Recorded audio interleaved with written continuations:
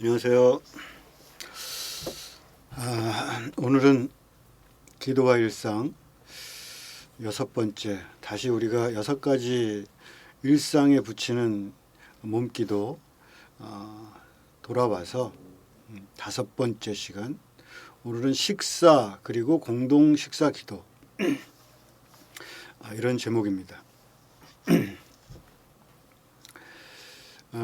어떤 의식을 거행한다는 그런 것은 우리 삶을 좀 하나로 묶는 그런 역할을 하죠.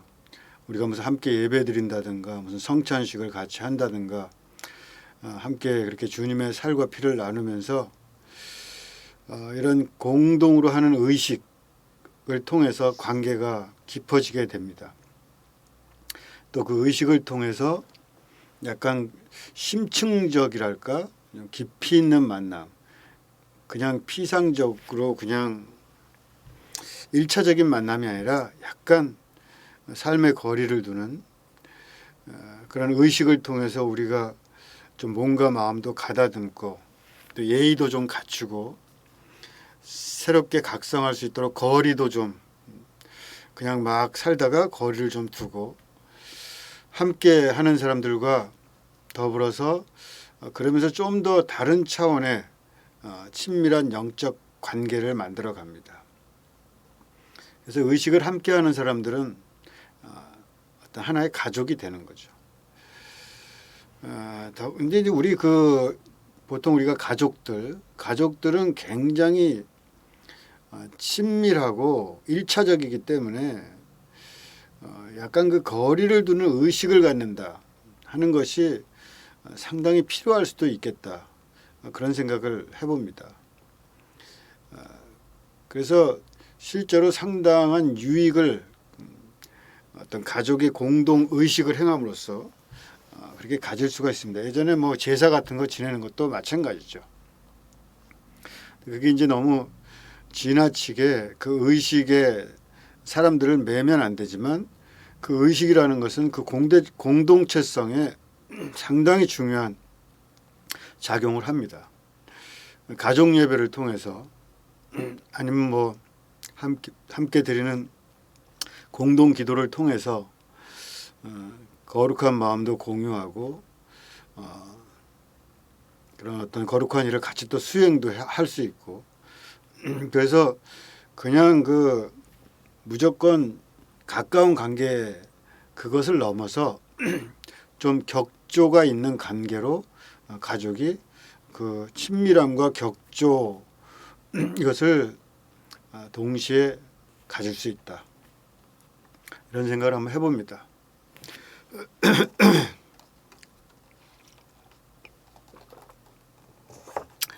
우리는 의식을 행하면서 내가 하나님의 사람으로 살고 있구나 하는 그런 믿음의 자의식을 느낄 수 있습니다. 또 함께 믿음을 공유하는 사람들을 그 의식 속에서 기억합니다. 우리가 함께 어떤 의식을 같이 행하는 그런 동료라는 것을 서로 인지하면은 더 깊은 멤버십을 가지고 살게 될 겁니다. 가족이 같이 공동 식사 기도를 한다면 그러면 아마 어떤 유대감이 있어서도 훨씬 더 깊이를 가지게 되지 않을까 그런 생각을 하고 또 서로 멀리 떨어져서 서로 식사를 하게 된다 하더라도 함께 기도하는 그 의식을 행하던 가족들을 생각할 수 있고 그래서 하나님의 자녀다 하는 그런 그 기독교인으로서의 정체성뿐 아니라 그 신앙의 공동체라는 그 믿음의 근거지를 갖는다는 거 그런 의미에서 굉장히 이건 아늑하고 평화로운 일이라 그런 생각이 듭니다. 제가 이제 인터넷 같은 데 보면은 수십 년 동안 같은 장소에서 같은 비슷한 포즈를 취하고 찍은 그 사진들을 볼 때가 있습니다. 그런 거 아마 많이 보셨을 거예요. 우선 두 자매가 어릴 때부터 그야말로 막 한두 살 때부터 두 자매가 쌍둥이면 쌍둥이 뭐 한 살이랑 뭐 3살 이 두 자매가 있다 그러면은 어릴 때부터 1살 때부터 찍는 거죠. 똑같은 포즈 비슷하게 취하고 쭉 뭐 50년을 찍었다든가. 그러면은 이제 나중에 보면은 참 감회가 깊죠. 또 아버지와 아들 이런 그 사진이 있는데 아버지와 아들 사진은 훨씬 더 약간 감동이 있는 것 같아요. 뭐 어머니와 딸도 마찬가지고 아버지와 뭐 딸도 그렇고 그 사진 같은 것들 보면은 아버지가 이제 젊은 아버지가 이제 아들을 낳아가지고 이렇게 딱 축구공 같은 거 들고 서 있더라고요. 축구공 애가 들었나 아마 아버지가 들었나 하여튼 축구공을 하나 딱 들고 서 있는데 그 건장한 아버지가 있고 옆에 요만한 아들이 그냥 정말 서 있는데 그게 이제 세월이 흘러서 한 30년 뒤에 보니까 아버지는 이렇게 아들은 점점 크고 아버지는 어느 나이가 들면서 또 줄어요 키가. 그래서 아들의 어깨밖에 미치지 못하는 그 아버지 초라한 모습, 그 거대한 아버지는 어디로 간 걸까? 그 작은 아이에게 어떤 일이 벌어진 것일까? 그렇게 사진을 매년 같은 장소에서 찍는다는 것은 하나의 의식이죠. 그런 의식을 치르면서 그 유대감이 훨씬 강화됩니다. 그 부모와 자식이라는 유대감이 그 아무것도 아닌 것 같지만 1년에 한 번 같은 자리에서 사진을 같이 찍는다. 같은 포즈로. 그것이 주는 유대감이 굉장히 클 것 같다. 그런 생각을 하게 되더라고요. 그런 그 사진 중에 제가 본 것 중에 굉장히 그 감동이 좀 있었던 것은 인터넷에 보니까 29년 동안 아버지와 아들이 사진을 찍었는데 그 사진은 아버지와 아들이 위통을 벗고 찍었어요. 다. 그러니까 아기 때 아버지가 위통 벗고 그 갓난 아기 빨가벗은 아기를 안고 이제 한 달 낳자마자 뭐 1살 때부터 막 찍은 것 같은데 그 아버지가 찍는 거예요. 매년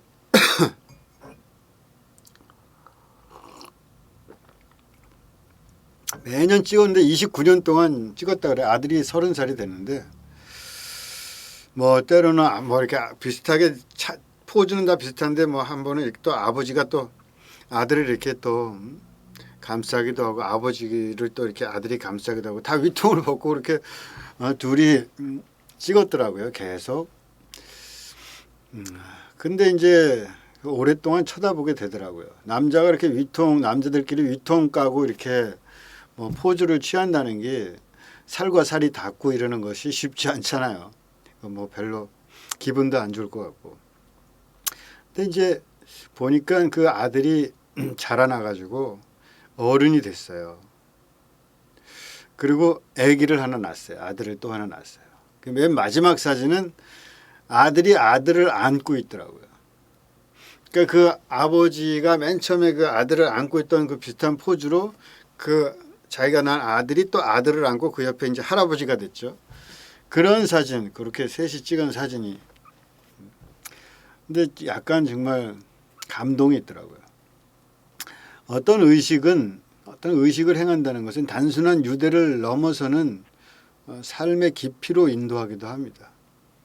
그냥 거기서 그냥 단순하게 아버지 아들의 유대 그런 것뿐만 아니라 그걸 보면서 인생이 뭔가 산다는 게 뭔가 그런 것들을 좀 생각도 해보게 되고 어떤 그 느낌 같은 것들을 갖게 되는 것 같아요. 하여튼 의식이라는 것은 어떤 의식을 행한다. 그건 너무나 자연스러운 것들로부터 우리를 얼마간 좀 떼놓죠. 그래서 일상에 아버지 아들이 우리 우통 벗고 어깨 동무할 일이 뭐가 있겠습니까?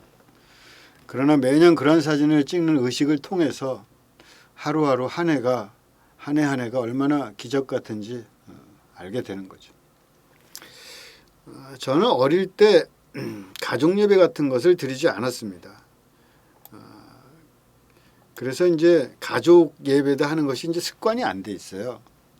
나중에 커서 우리가 이제 목회도 하고 그러면서 자식들이 목회도 하고 그리고 이제 저희 아버님도 장로님도 되시고 그러면서 예배를 드리게 되는데 가정 예배가 이렇게 몸에 이제 붙어 있질 않죠. 저 같은 경우에는 별로 그렇게 가족이 함께 예배 드리는 것이 몸에 이렇게 붙지 않는 그런 느낌입니다. 저희 아버님 나이가 드신 어느 시점부터는 자꾸 이제 모이면 예배를 안 드린다고 자꾸 이제 재촉을 하고 하시는데, 또 저희 장모님도 가정 예배를 드렸으면 그렇게 하시죠. 근데 이런 같이 어떤 의식을 행한다 하는 것들은 제가 보기에는 어릴 때부터 잘 연습하는 것이 상당히 중요하지 않은가 싶어요. 그러니까 어릴 때부터 잘 그렇게 같이 해나온 의식, 그런 것들이 참 중요하다. 커서는 나이가 들어서 이제 신앙의 성격도 크면은 다 틀리고 같이 하기가 불편한 면이 많이 있죠. 성장 후에 성장을 다 하고 가정 예배를 시작하는 것이 쉽지만은 않습니다. 자식들 입장에서는 갑자기 뭐 부모님이 예배 드리자고 하면은 난데없다 그런 생각이 들 수도 있죠. 하여간 어쨌든 그렇긴 해도 처음 어색함을 긍정적으로 잘 함께 소화해 나갈 수 있다면 가족이 함께 치르는 의식은 가족에게 어떤 친밀감과 격을 가져다 주기는 하는 것 같습니다. 이제 오늘은 제가 가족이 함께하는 의식으로서의 공동 식사 기도를 제안을 하고 싶습니다. 우리가 지금 6가지 중에 이게 5번째인데, 첫 번째가 굿모닝 하나님, 두 번째가 하늘 열기, 세 번째가 멈추고 산책하기, 네 번째가 동네 돌고 문 잡고 문 열고 들어가기, 뭐 이런 거라면, 이제 5번째가 저녁 식사를 제가 염두에 두고, 식사라는 것이 굉장히 일상 중에 일상인데 먹는 것이 기도가 된다면 정말 좋을 것 같습니다. 먹는 것이 기도가 되면 소화도 잘 되고 맛도 좋아집니다. 어제도 제가 식물에 대해서 좀 말씀을 드렸지만, 우리가 뭘 먹는다는 것은 사실 하늘과 땅을 먹는 거예요. 뭐 할아버지 같은 소리 하고 있다고 하실지 모르지만 사실이 그렇고, 그런 마음으로 또 음식을 입에 넣으면 맛도 상당히 다르다는 것을 제가 최근에 발견했습니다. 그러니까 어제 제가 이제 해물 우동을 먹었는데, 공국방에서 해물 우동을 해서 저녁 메뉴였습니다. 식사 관련된 몸기도를 의식해서인지, 근데 거기는 오징어도 먹고 국수도 먹고 이렇게 먹으면서 이런 걸 음미를 하니까 그 어떤 그 바다를 먹는 느낌도 들고 굉장히 좋더라고요. 오징어한테는 좀 미안한 얘기긴 하죠. 하지만 뭐 다 그런 거죠. 오징어도 꽤 많은 생명을 입으로 집어넣으면서 살았을 겁니다. 하여간 우리가 무엇을 먹을 때 약간 이 표현이 어떨지 모르겠지만 거룩한 명랑함, 이런 걸 가지고 우리가 기도하는 그런 기도, 명랑하고 거룩한 그런 기도의 느낌으로 이렇게 밥을 먹고 한다면 우리 삶의 많은 부분이 행복하고 아름다워질 수 있지 않을까. 거룩하다는 건 어두운 것이 아닙니다. 근데 이제 고래로부터 이 거룩하다 그러면은 뭔가 음습하고, 특히 중세 분위기 보면은 뭐 살아있는 느낌이 안 들고, 거룩하다는 게 굉장히 좀 음습하죠. 음악도 보면은 약간 음습한 거룩한 느낌이 있긴 있는데, 근데 약간 어둠이 감도는 그게 신성함인가? 그래서 저도 이제 그런 음악을 들으면 그레고리안 찬가라든가 이런 거 들으면은 거룩함이 느껴지는데 밝음이 없죠, 좀. 그래서 이제 개신교인들이 로만 카톨릭의 그 음악 그런 분위기를 좀 싫어하는 사람들도 있는 것 같은데 그 이유 중에 하나가 좀 음악이 어둡달까? 거룩함을 너무 어두운 형식으로 표현을 많이 했다랄까? 저는 그런 느낌은 좀 있습니다. 그러니까 좀 음악이 밝으면 거룩함이 표현이 안 되나? 어떤 신성함을 표현할 때 그 밝음으로 표현하는 방법은 없을까? 그런 걸 좀 음악가들이 좀 해봤으면 좋겠는데 잘 느끼기가 어려워요. 그런 그 거룩함은 뭐 대중음악 같은 데서 오히려 아주 정말 밝고 살아있음이 확실히 느껴지는 음악들은 있는데 교회 음악 같은 데는 제가 잘 들어보지 못한 것 같습니다. 제가 음악을 잘 모르니까 뭐 모르겠지만 하여간 밝은 마음으로 명랑함을 가지고 거룩한 명랑함을 가지고 이렇게 밥도 먹고 이런 그 자학적인 관념의 그 신성함을 좀 버리고 쓴나물 무침도 그런 그 마음으로 이렇게 몸 쓴나물을 들고 여기에 어디쯤 태양이 숨어 있을까 뭐 이런 마음으로 먹으면은 그렇게 쓰지도 않고 어디쯤 땅을 숨겨놨나 그렇게 즐겁게 먹으면은 달콤하게 느껴지고 행복하죠. 어제는 제가 이렇게 그런 마음으로 밥을 먹었는데 해물국수도 먹고 돈가스도 이렇게 좀 잘라서 주길래 그것도 이렇게 먹고 젓가락으로 집었는데 야 이건 이렇게 보면서 먹으려고 그러면서 이렇게 높이 정말 하늘 높이 이렇게 한번 들고 싶더라고요 돈가스를. 약간 그런 그 감정이 들더라고요. 너무나 그 거룩함, 즐거움, 행복 그런 것들이 느껴집니다. 모든 먹는 행위 자체가 즐겁고 행복한 기도가 될 수 있겠죠. 그러나 오늘은 특별히 저녁 식사에 초점을 두고 말씀을 드리려고 합니다. 가장 편안하고 좋은 저녁 식사 시간이 저녁 아닙니까? 만찬이라고 하죠 보통. 저물 만자를 써가지고 종교적으로도 이 의미를 갖는데 유대인들의 그 유월절 만찬 같은 거 보면은 온 가족이 함께 자기 역사 가운데 임했던 하나님을 기억하고 했던 만찬. 또 예수님도 제자들과 나눈 마지막 만찬. 우리가 그것을 기억하면서 성찬식을 행하잖아요. 그 식탁 공동체라는 게 가장 친밀한 공동체 아닙니까?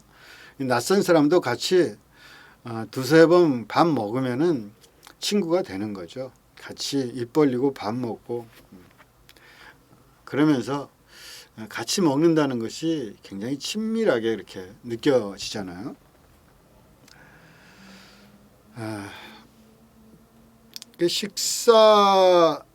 식사를 한다.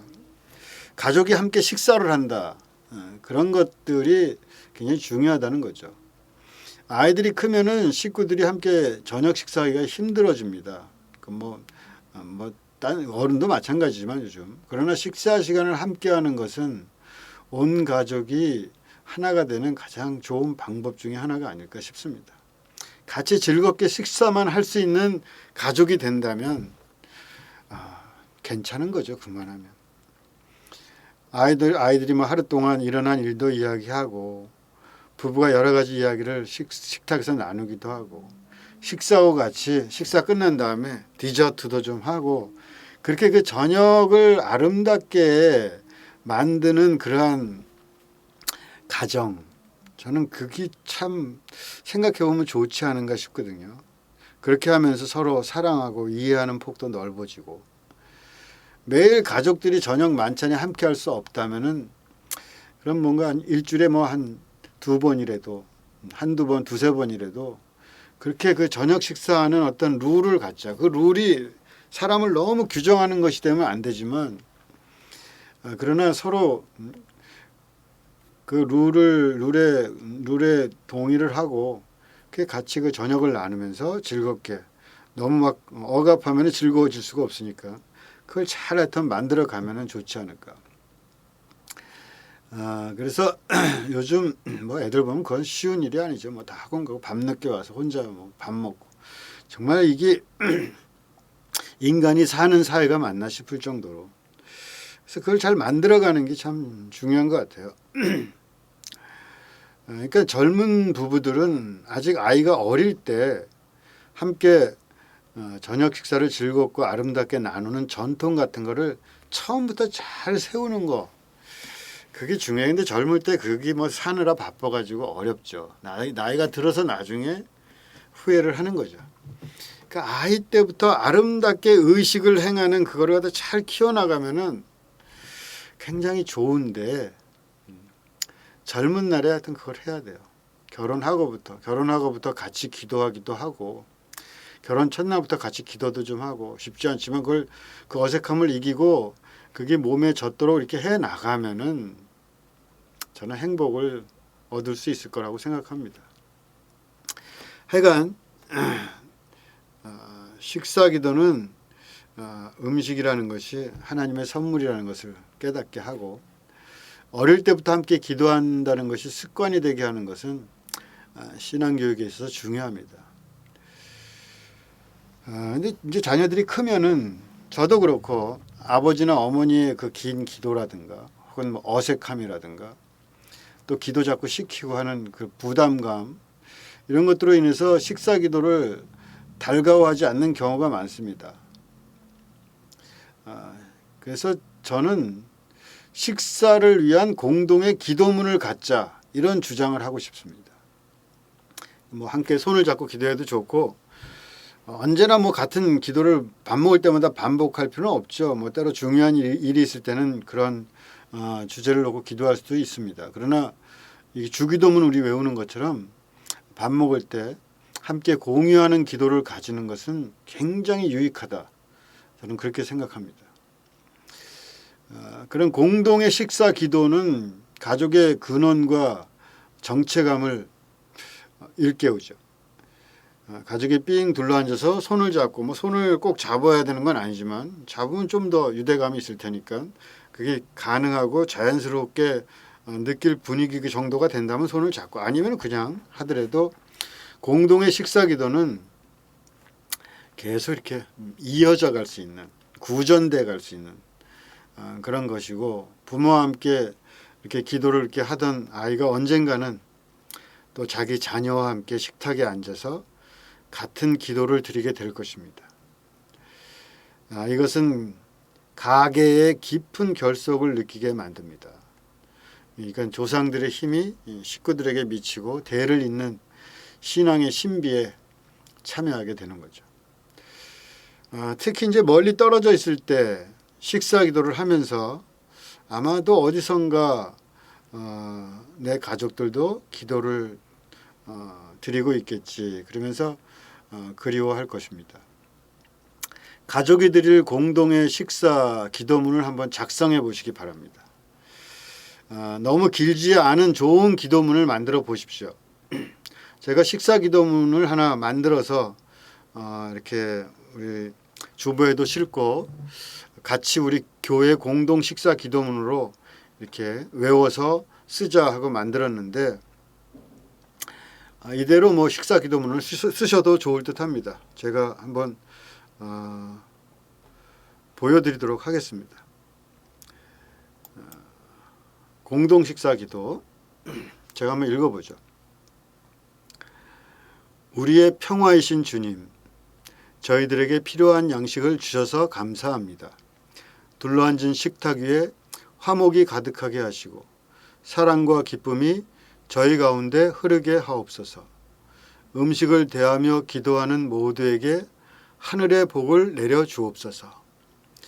육신이 힘을 얻고 강건하게 되며 영혼도 맑고 평화롭게 하옵소서. 한 방울의 물 한 톨의 알곡에도 하나님의 은혜와 천지의 정성과 만인의 노고가 담겨 있음을 생각합니다. 사랑하는 마음과 성실한 태도로 정성껏 살아가게 하옵소서. 이 시간에도 양식이 없어 고통당하는 이들이 있음을 기억합니다. 하나님의 돌보심과 은총을 내리시고 저희에게도 함께하는 마음을 주옵소서. 욕망에 끌려 살지 않게 하시고 감사와 절제의 삶을 살게 하옵소서.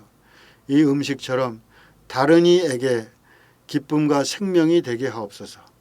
떡으로만 살 것이 아니라 하나님의 말씀으로 살라 하신 음성을 기억하며 예수 그리스도 이름으로 기도합니다. 아멘. 요 밑에 추시는 제가 이제 농담처럼 한번 써놓은 것이고, 하여튼 이런 기도문인데 제가 보기에는 조금 긴 것 같아요. 그렇지만 뭐 그냥 또 같이 이렇게 외우고 있으면은 식구들이 같이 이렇게 기도하면 어떨까 싶습니다. 같이 이렇게 함께 기도하면서 식사 때문에 뭐 누가 요번엔 뭐 저희 아버님은 이렇게 시켜야죠. 누가 한번 오늘 누가 기도해라 그러면은 안 한다. 수도 없고 할 수도 한다. 그래서 뭐 이렇게 하면 하는데 그러지 말고 이런 식기도가 있으면 같이 소리가 모아지면서 같이 기도를 하고 훨씬 더 은혜롭지 않을까. 뭐 말을 또 그때 뭐 어쩌고 만들지 않고 그렇게 밥 먹을 때 기도답게 이렇게 기도할 수 있지 않을까. 이런 것들 한번 만들어 보시고 안 되면 이거를 그냥 쓰시든지 하고, 제가 이렇게 유튜브 올릴 때 이 기도문도 올리겠습니다. 그러니까 그 밑에 보시면은 기도문을 실어 놓을 테니까 참고하시면 좋겠습니다. 하여간 우리가 기도를 몸에 붙이는데 몸기도에 이 밥 먹는 그 식사 행위 자체를 기도하는, 먹는 것을 즐겁게 잘 먹자, 거룩하게. 그러면은 맛도 좋고 소화도 잘 되고 기분도 좋고 모든 것이 좋다. 먹는 것 자체가 기도다. 기도한다 그러면서 먹는다는 게 아니라 그 어떤 풍성한 그 하나님의 은혜 가운데 이 식탁에서 이렇게 먹는다는 그 즐거움을 누리면서 하나의 기도처럼 식사를 하자. 그것이 이제 식사 기도고, 그 식사 기도에 특별히 가정에서 저녁 식사 기도를 했으면 좋겠고, 저녁 식사를 같이 하도록 했으면 좋겠고, 그 식사할 때 공동의 식기도문을 가지고 그렇게 기도하면 훨씬 좋을 것 같다. 이런 말씀 드리겠습니다. 즐겁게 받고 즐겁게 주면서 그렇게 살아갑시다. 내일은 일상 속의 몸기도 6번째 마지막이죠. 잠자기 전 기도로 그렇게 만나 뵙겠습니다. 그러면은 이걸 또 안 빼놓고 제가 자꾸 이걸 놓쳐요. 그냥 제가 나오는다가 착각해가지고. 하여튼 그럼 내일 또 뵙도록 하겠습니다. 안녕히 계십시오.